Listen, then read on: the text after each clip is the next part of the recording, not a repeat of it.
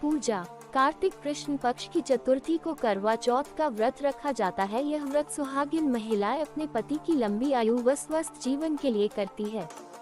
इस दिन एक करवा या गिलास लेकर उसमें चावल भरे, उसमें एक सिक्का व एक बताशा डाले व लाल कपड़े से बांध दे।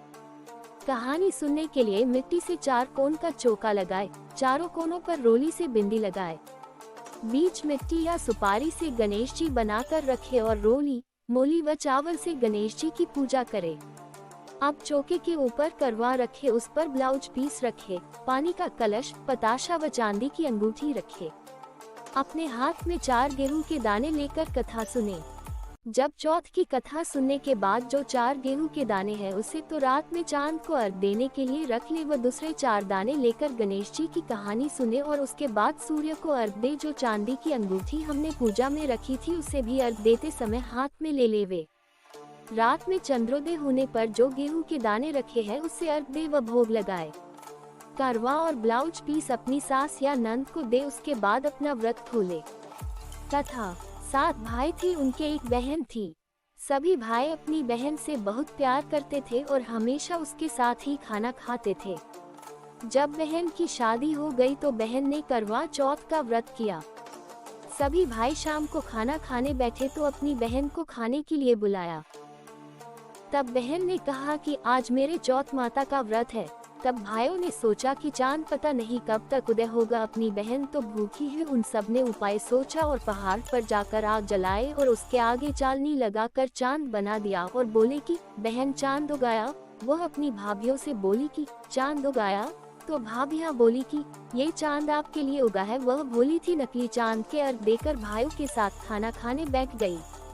उसने जैसे ही पहला ग्रास तोड़ा तो उसमें बाल आ गया। दूसरा तोड़ा, इतने में उसके ससुराल से बुलावा आ गया कि लड़की को तुरंत ससुराल भेजो।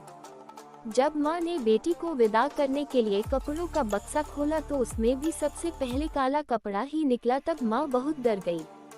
उसने अपनी बेटी को एक चांदी का सिक्का देते हुए कहा कि तुझे रास्ते में जो भी मिले उसके पैर छूती जाना और जो तुझे सुहागन होने का आशीर्वाद दे उसे ये सिक्का दे देना और अपने पल्लू पर गांठ बांध लेना।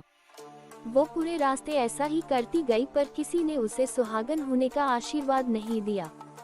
जब वह अपने ससुराल पहुंची तो बाहर उसकी जेठूती खेल रही थी। उसने उसके पैर छुए तो उसने सदा सुहागन का आशीर्वाद दिया। तो उसने सिक्का जेठूती को दिया और पल्लू पर गांठ बांध ली।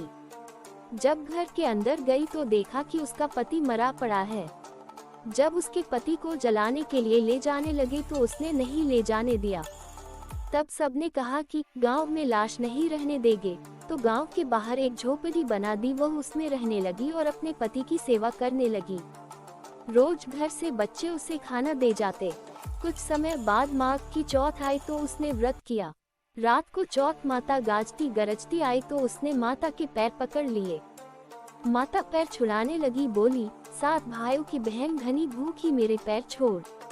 जब उसने पैर नहीं छोड़े तो चौथ माता बोली कि मैं कुछ नहीं कर सकती, मेरे से बड़ी वैशाख की चौथ आएगी, उसके पैर पकड़ना। कुछ समय बाद वैशाख की चौथ आई तो उसने कहा कि मैं कुछ नहीं कर सकती, मेरे से बड़ी भादवे की चौथ आएगी, उसके पैर पकड़ना। जब भादवे की चौथ आई तो उसने भी यही कहा कि मैं कुछ नहीं कर सकती, मेरे से बड़ी कार्तिक चौथ है, वो ही तेरे पति को जीवन दे सकती है, लेकिन वो तेरे से सुहाग का सामान मांगेगी तो तू वो सब तैयार रखना, लेकिन मैंने तुझे ये सब बताया है, ऐसा मत कहना। जब कार्तिक चौथ आई तो उसने अपने पति के लिए व्रत रखा। रात को चौथ माता आई तो उसने पैर पकड़ लिए तो माता बोली 7 भाइयों की लाडली बहन घनी भूखी घनी तिसाई पापिनी मेरे पैर छोड़। तब वो बोली कि माता मेरे से भूल हो गई, मुझे माफ कर दो और मेरे पति को जीवन दान दो।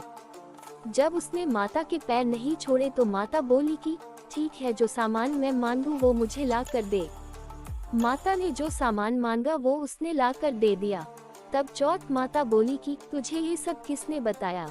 वो बोली कि माता मैं इस जंगल में अकेली रहती हूँ, मुझे ये सब बताने यहाँ कौन आएगा। चौथ माता ने मांग में से सिंदूर लिया, आँख में से काजल व चिपली अंगुली से मेहंदी निकालकर उसके पति के छिटा तो उसका पति जीवित हो गया। माता ने उसके पति को जीवित कर दिया और सदा सुहागन का आशीर्वाद दिया। सुबह बच्चे जब खाना लेकर आए तो अपने चाचा को जीवित पाया।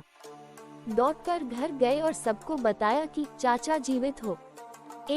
सब लोग वहां गए तो देखा कि बच्चे सच कह रहे हैं।